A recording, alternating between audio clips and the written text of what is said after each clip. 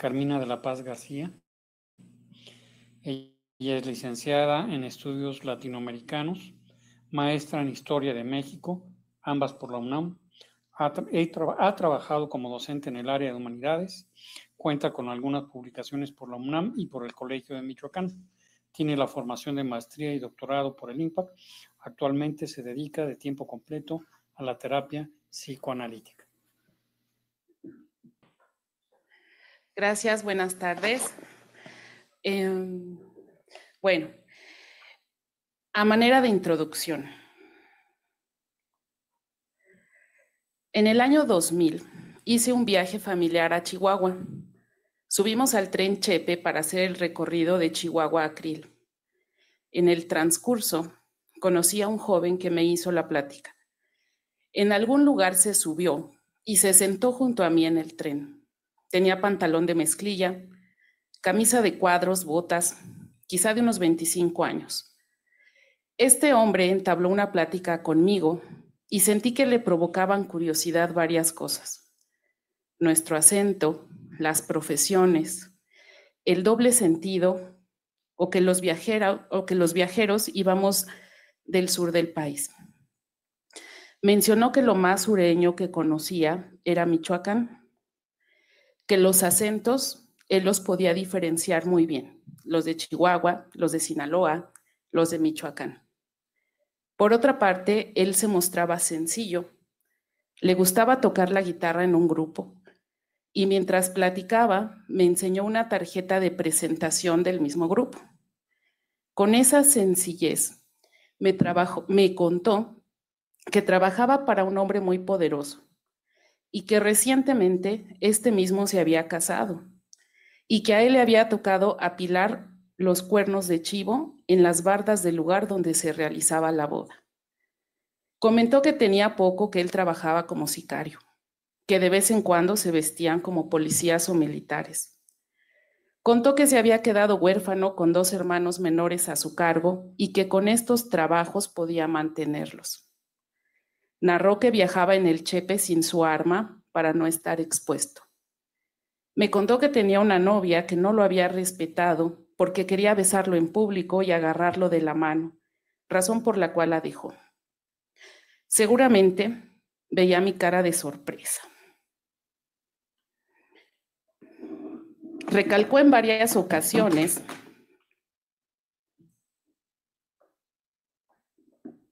que él era una buena persona y que eso era lo que le tocaba hacer. Quería casarse, tener hijos y seguir tocando en su grupo. El sujeto era alguien agradable en la plática. Cuando llegué a mi destino, me recomendó algunos lugares. Le agradecí y él continuó su camino en el tren. Creo que tardé mucho tiempo en comprender lo que había pasado. No sabía qué era lo que más me había sorprendido. Yo no entendía nada. Cuando yo estudiaba la licenciatura, algún maestro hacía hincapié en las diferencias del norte y del sur del país, histórica y culturalmente. Y me parece que en esa ocasión no podía digerir que alguien que se nombrara sicario fuera así, de apariencia apacible, amable, agradable, pero que ese fuera su trabajo. Por otro lado, tampoco podía creer que su concepto de respeto fuera ese. Recuerdo que en esos momentos recordé escenas diversas de parejitas en Chapultepec y pensé que efectivamente sí somos muy diferentes en muchas cosas las personas del norte y las del sur. Y que alguien se presentara como sicario en un tren con una desconocida y que pareciera más músico que sicario, parecía una especie de relato de bestseller.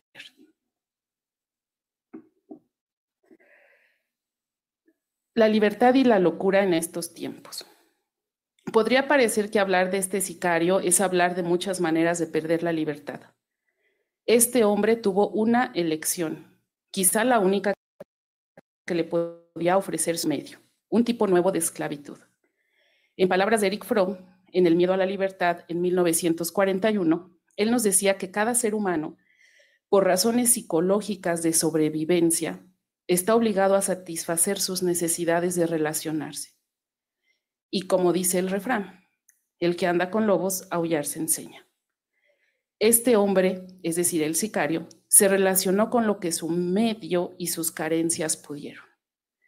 Para 1945, Donald Woods Winnicott nos aporta el significado de la deprivación, donde nos explica que determinadas condiciones ambientales son necesarias para que el desarrollo emocional de cada individuo tenga lugar a partir de la función de la madre suficientemente buena y, por extensión, la familia, la escuela, la sociedad. Esto quiere decir que, hablando en términos emocionales, todo tiene influencia en el ser humano. De esa época al día de hoy, hay mayores estudios que nos señalan la influencia del medio, pero también desde las neurociencias, cómo está diseñado el cerebro. Se fue la presentación. Bueno, de esa época al día de hoy hay mayores estudios que nos señalan la influencia del medio, pero también desde las neurociencias, cómo está diseñado el cerebro, la genética, la inclinación que tenemos a la violencia, desde la filosofía, cómo podemos tener juicio moral, en fin, que cómo se generan las mentes criminales si se investiga.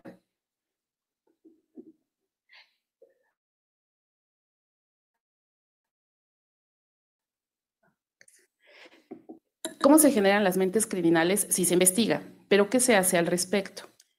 En la historia universal se hablaban de cuántos días ha vivido el hombre sin guerras y se respondía que no más de 100 días. ¿Por qué? La autodestructividad es esa condición con la que carga violencia. Pero si hablamos de sociopatías, matanzas, narco, ya no hablamos de sobrevivir, sino de una elección desde la necrofilia, es decir, desde el placer por destruir, el sadismo, la tortura, la violencia narcisista hacia otros o hacia nosotros mismos. Es decir, podemos leer e interpretar todas estas realidades desde el medio social hasta el interior de nuestra psique. El presente evento científico es un excelente ejemplo para subrayar algunas labores que nos toca compartir desde lo teórico a lo práctico. Aportar para mejorar el mundo puede sonar idealista, pero cada uno de nosotros podemos agregar algo. ¿Qué hace el psicoanalista frente a la locura del presente? ¿Es real que nos estamos viviendo en algo cíclico históricamente? O más bien, ¿nuestra constitución psíquica no puede cambiar? ¿Por qué nuestra especie no puede trascender sus enfermedades necrófilas? ¿La mente necrófila se puede prevenir? Podemos observar que estamos en una era donde la inteligencia artificial es una realidad, no para todos, pero que la tecnología está presente con sus filos positivos y negativos, es cierto. La enfermedad de la adicción, esa no es nada nueva. Lo que podemos ver desde las trincheras del psicoanálisis tiene forma diferente, pero el contenido quizá es el mismo. Me gustaría exponer algo de las aportaciones del psicoanálisis del pasado para hacer énfasis en lo que sí se ha hecho y que hay que considerar como un referente de las capacidades de la biofilia social. Andrés Ríos Molina, en su texto Cómo prevenir la locura, nos habla del periodo de la psiquiatría e higiene mental en México en un periodo de 1934 a 1950. Los esfuerzos e interés que tuvieron no solo los psiquiatras en mejorar las condiciones de lugares como la Castañeda, sino de cómo la influencia del psicoanálisis estuvo presente desde la higiene mental hasta proponer a psicoanalistas a hacerles cuestionarios a criminales de la época. Cito lo siguiente. El psicoanálisis se convirtió en la herramienta para develar los misterios de la mente criminal, algo que además de interesarle a los psiquiatras higienistas, era de relevancia para algunos abogados. Por ello resulta significativo que en México los abogados penalistas y los psiquiatras higienistas fueron los primeros receptores del psicoanálisis. Fin de cita. Es decir, el ingreso de nuevas propuestas para comprender realidades complejas de desequilibrios mentales y sociales fue por medio de la influencia de Erich Fromm. Nos explica el historiador Andrés Ríos que para 1957 en México se realiza el simposio actual de la terapia psicoanalítica, donde participó Alfonso Millán, Guillermo Dávila y Erich Fromm. Hace énfasis el autor en que este simposio se llevó a cabo en la Academia Nacional de Medicina, donde se congregaba la élite médica, y que una de muchas cuestiones importantes es que se rompía con el discurso médico anterior, biologicista y degeneracionista. Expongo lo anterior para darle más énfasis al quehacer psicoanalítico de estas épocas y de sus aportaciones, no solo en el ejercicio de algunos de ellos en ámbitos legales y de comprensión criminal, sino que también me interesa insertar en la presente reflexión cómo el psicoanalista hoy en día puede seguir aportando soluciones a las enfermedades sociales de nuestra época. Me sigue admirando mucho observar en el pasado mexicano la lucha que hicieron los psiquiatras influenciados por el psicoanálisis para comprender mejor no solo a los criminales, sino que también pusieron los primeros cimientos de higiene mental, que si los volvemos a escribir, siguen siendo bastante aplicables al día de hoy. Por ejemplo, nos dice Andrés Ríos, en México la higiene mental no se quedó en los discursos o en artículos escritos por sus miembros. Sus principales promotores fueron funcionarios del Estado que trabajaron en instituciones desde las cuales se implementaron políticas públicas para la prevención de las enfermedades mentales.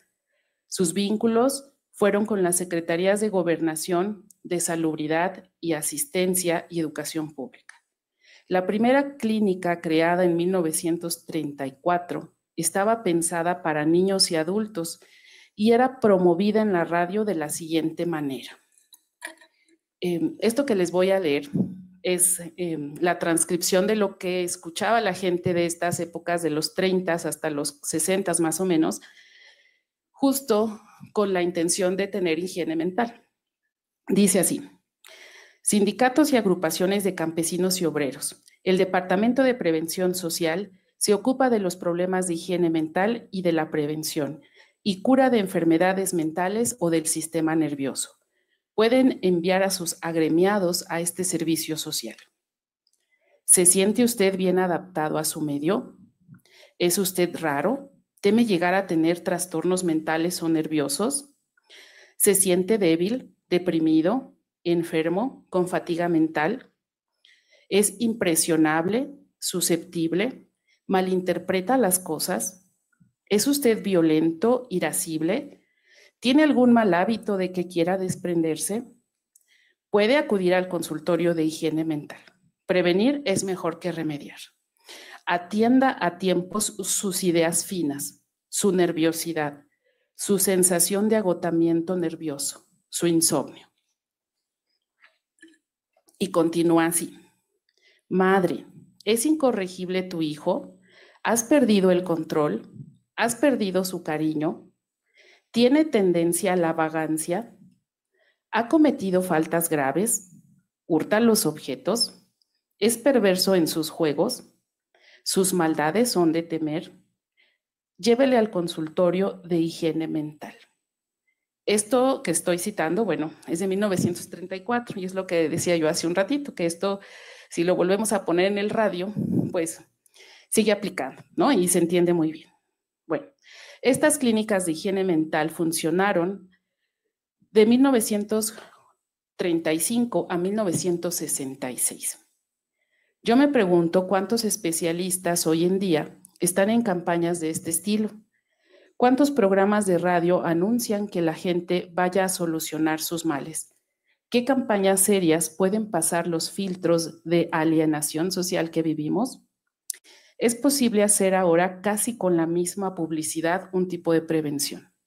Ahora, a diferencia de las décadas anteriores, hay mayor concientización sobre las emociones en la educación básica, pero eso no merma que hay un menor índice de violencia. Si desde el Estado no hay una preocupación de prevención específicamente a uno de los males mayores de este país, parece ser que se deja en manos de quizá algunas asociaciones civiles. Lo que es cierto es que Si como instituciones de salud mental emocional nos coordinamos, seguramente institutos como este estarían rebosantes de pacientes. Por otra parte, si no hay atención institucional para la prevención, la cura de los males quizás se quede en la actual sabiduría popular, como los reels, los memes o los TikToks. A modo de conclusión, aunque el interés en los años 40 en el centro del país fue incentivado por la higiene mental como un programa de prevención de diferentes padecimientos, esto tuvo un cese. Consecuencias hubo seguramente. Sin embargo, nuestra cultura de prevención sigue limitada. Atender problemas emocionales es un tabú hasta la fecha. El estigma de loco con los alienistas, después con los psiquiatras, con los psicólogos, con los psicoanalistas, lo hemos escuchado y seguramente lo seguiremos escuchando. Si hablamos de los métodos de prevención actuales, seguramente veremos que las opciones e investigaciones se han ramificado. Si hablamos de la mancuerna psicoanálisis, psiquiatría, habría que decir que nos falta investigar en conjunto y de maneras formales. Si señalamos el estigma que pesa sobre el psicoanálisis, es quizá trivial. Sin embargo, quiero poner énfasis en lo que sí hemos hecho y podemos seguir aportando en la ayuda a miles de personas para minorar su dolor y descarga psíquica y emocional. Así como en las décadas de los 40 hubo aportes teóricos importantísimos para la comprensión del ser humano desde el psicoanálisis, me parece importante que en el actual encuentro nuevamente estamos bajo las alertas de las guerras, de los gobernantes locos en países clave, pero en un abandono en prevenir estas enfermedades también. Escuchar a maestros, no comprender las conductas de alumnos en el kinder o en la primaria y saber que es ahí el periodo de detección y prevención de psicopatías equivale a regresar a hablar de la familia, el entorno social y cultural. Y parece que es observar las oportunidades que tenemos de incidir y ponernos a trabajar en conjunto todas las personas que nos interesa la salud mental emocional. Sabemos que los locos quizá nunca se vayan a acabar, y es que la locura es aquella palabra polisémica para el artista, el intelectual, para el médico o para aquella persona poco o nada comprendida. Decía un personaje que mucho es el trabajo y poco los trabajadores, además de que es mucha la necesidad de ser escuchados y pocos los psicoterapeutas. Quizá el panorama suena desalentador, pero no desesperanzador. Erich Fromm, Winnicott, Freud vivieron los estragos de guerras, y si hablamos de Viktor Frankl, hablamos de supervivientes que nos muestran una esperanza cierta. Hablar del sicario que alguna vez conocí fue como mostrar la complejidad de la enfermedad social de este país, y la parte positiva es saber que podemos seguir estudiando, comprendiendo estas enfermedades y con ello tener este pretexto para hacer un llamado, una vez más, al trabajo en conjunto. Como decía el Zen Suzuki, poner una vela en la oscuridad. Una locura de nuestro tiempo sería no hacer nada. Muchas gracias por su atención.